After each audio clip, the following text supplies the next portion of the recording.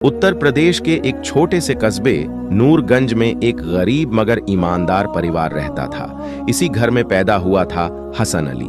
हसन के वालिद अब्दुल रहमान एक छोटी सी सिलाई की दुकान चलाते थे।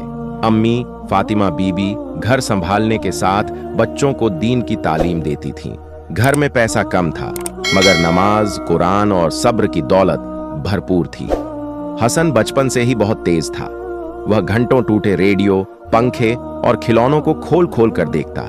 एक दिन वालिद ने पूछा, बेटा ये सब क्यों खोल देता है? हसन ने मासूमियत से कहा, अब्बू मैं जानना चाहता हूं कि चीजें चलती कैसे हैं। उसी दिन अब्दुल रहमान ने दिल ही दिल में दुआ की, या अल्लाह मेरे बेटे को इल्म वाला बना दे। हसन मदरसे और स्कूल दोनों जगह पढ़ता था। फज्र के बाद मदरसा, जोहर के बाद स्कूल। कई बार फीस भरने के पैसे नहीं होते, कभी कभी किताबें उधार में मिलती। एक दिन स्कूल में टीचर ने कहा, हसन तुम इंजीनियर बन सकते हो। वह शब्द हसन के दिल में उतर गया, इंजीनियर। लेकिन जब उसने घर आकर बताया, अम्मी की आंखों में खुशी और डर दोनों थे। अम्मी बोली, बेटा दुआ करो, अल्लाह रास्ता खोलेगा। 10वीं के बाद हसन ने साइंस लिया। रात रात भर पढ़ता, दिन में अब्बू की दुकान पर मदद करता। कई बार दोस्त कहते, इतनी मेहनत किस लिए, गरीब आदमी का बेटा इंजीनियर नहीं बनता। लेकिन हसन जवाब देता, मेरे रब की रहमत गरीब अमीर नहीं देखती। इम्तिहान का दिन आया। हसन ने वुजू किया, 2 रकात नफल पढ़ी और कहा, या अल्लाह अगर यह मेरे लिए बेहतर है तो आसान कर दे। अल्लाह की मदद से हसन का इंजीनियरिंग कॉलेज में सिलेक्शन हो गया। पूरा मोहल्ला खुश हो गया। लेकिन असली मुश्किल अब शुरू हुई। शहर बड़ा था, खर्च ज्यादा, रहना खाना मुश्किल। हसन ट्यूशन पढ़ाने लगा, रात में लाइब्रेरी में काम करता। कई बार भूखा सोना पड़ा मगर एक भी नमाज नहीं छोड़ी। वह हमेशा कहता, रिज्क अल्लाह देता है, मेहनत मेरा काम है। कॉलेज के आखिरी साल में एक बड़ी कंपनी आई। उन्होंने कहा, हमें तेज इंजीनियर चाहिए, लेकिन थोड़ा झूठ बोलना पड़ेगा, थोड़ा डेटा बदलना पड़ेगा। सैलरी बहुत ज्यादा थी।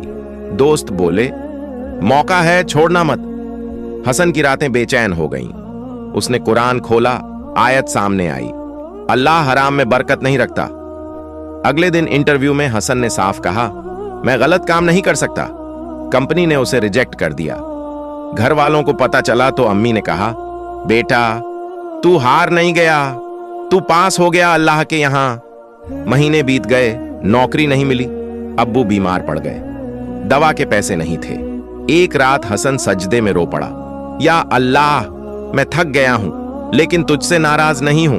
उसी रात उसे तसल्ली मिली। कुछ दिनों बाद एक छोटी सी कंपनी से कॉल आया।